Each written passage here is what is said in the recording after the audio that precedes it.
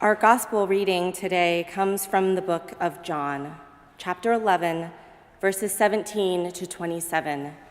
Hear now the familiar words from our gospel.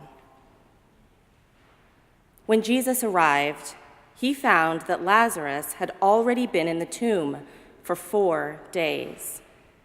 Now Bethany was near Jerusalem, some 2 miles away, and many of the Jews had come to Mary and Martha to console them about their brother.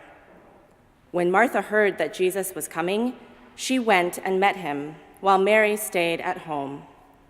Martha said to Jesus, "Lord, if you had been here, my brother would not have died.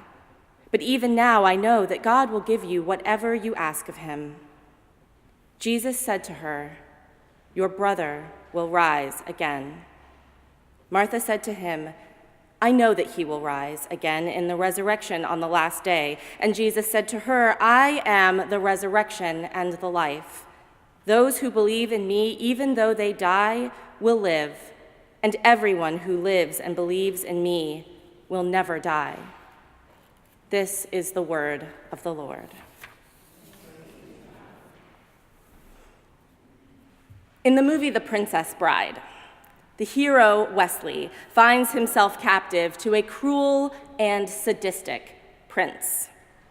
The prince has taken Wesley's true love, the Princess Buttercup, as his future bride. On the eve of the wedding, to stop Wesley from rescuing the princess, the prince has the young hero thrown into a dungeon where he is tortured, beaten, and left for dead. When Wesley's companions finally discover his broken body in a secret chamber below the castle, it is too late. Heartbroken and beyond hope, Inigo and Fezzik drag Wesley's lifeless body to the home of the village healer, Miracle Max, who, after a brief examination, gives the companions his unbelievable verdict. "Your friend is not dead," he tells them. "He is only mostly dead." In our strange, miraculous tale from John's Gospel, Lazarus was not mostly dead. He was dead. He had been dead for days. Mary and Martha had known their brother was dying and believed that Jesus could save him. They sent urgent word. They begged Jesus to come. But Jesus did not arrive. He waited. Jesus remained in Jerusalem for 3 more days with his disciples after hearing the news that Lazarus was leaving them. He waited until there seemed to be no point in his coming at all. Only then, when Lazarus was good and dead, did Jesus appear and say to his beloved friends, "Your brother will rise again." Why did Jesus wait?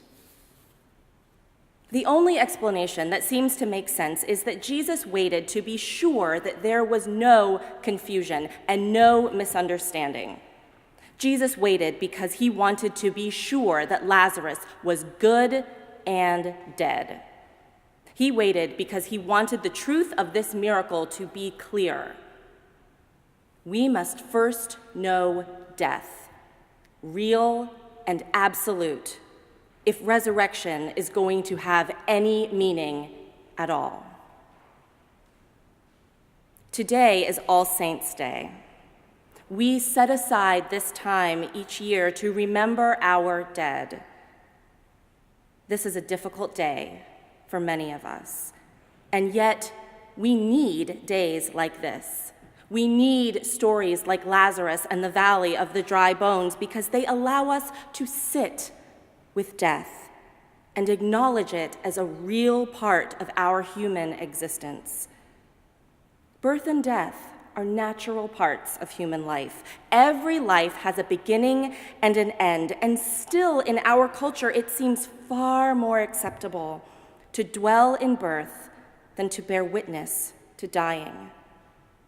The average maternity leave in our country is weeks, if not months, long.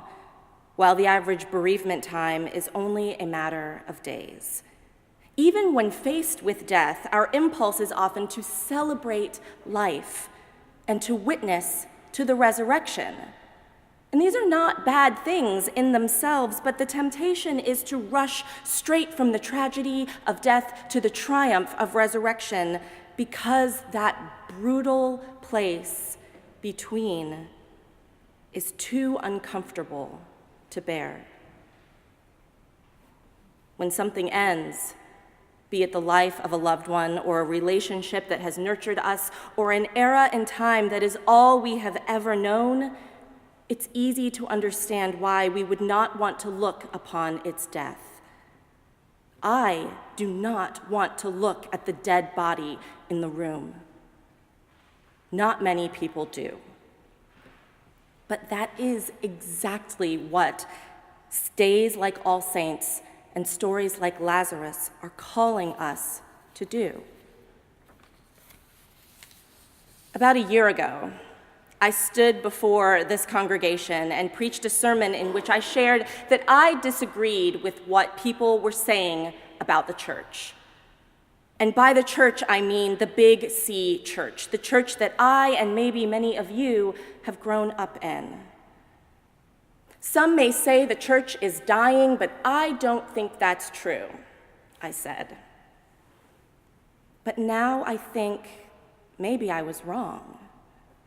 Maybe the church, as we've always known it, is dying. Maybe that's a good thing. This was the theme of a workshop I attended in Kansas City a few weeks ago with Presbyterian scholar Roger Nishioka. In our conversation, Roger explained that we in the denominational church are in the midst of an epochal shift.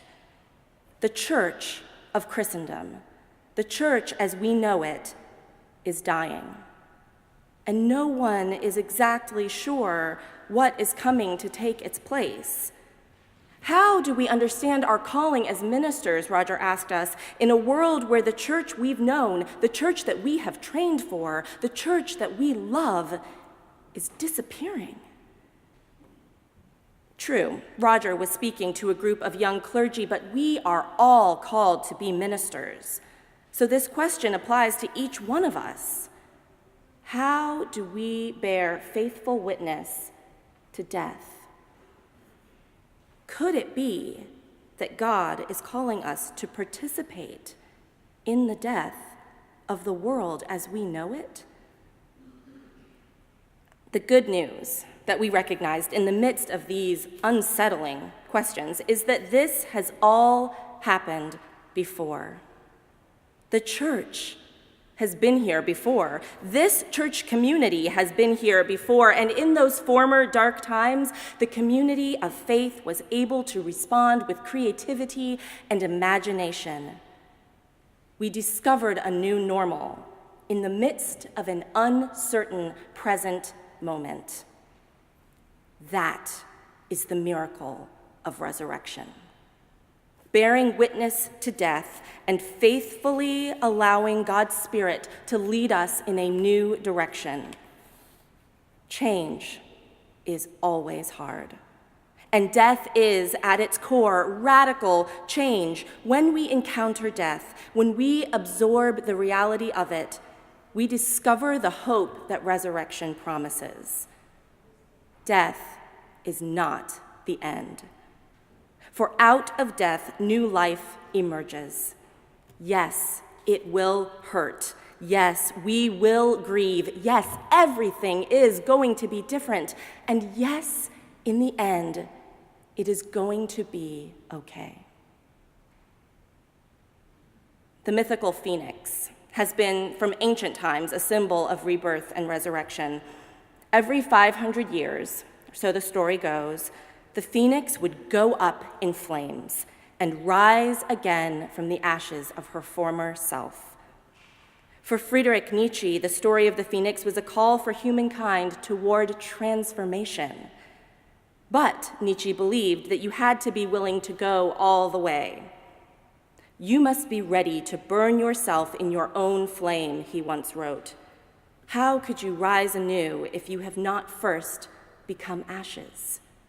How can we know the true miracle of resurrection if we have not first been good and dead as the dry and dusty bones in Ezekiel's vision from God?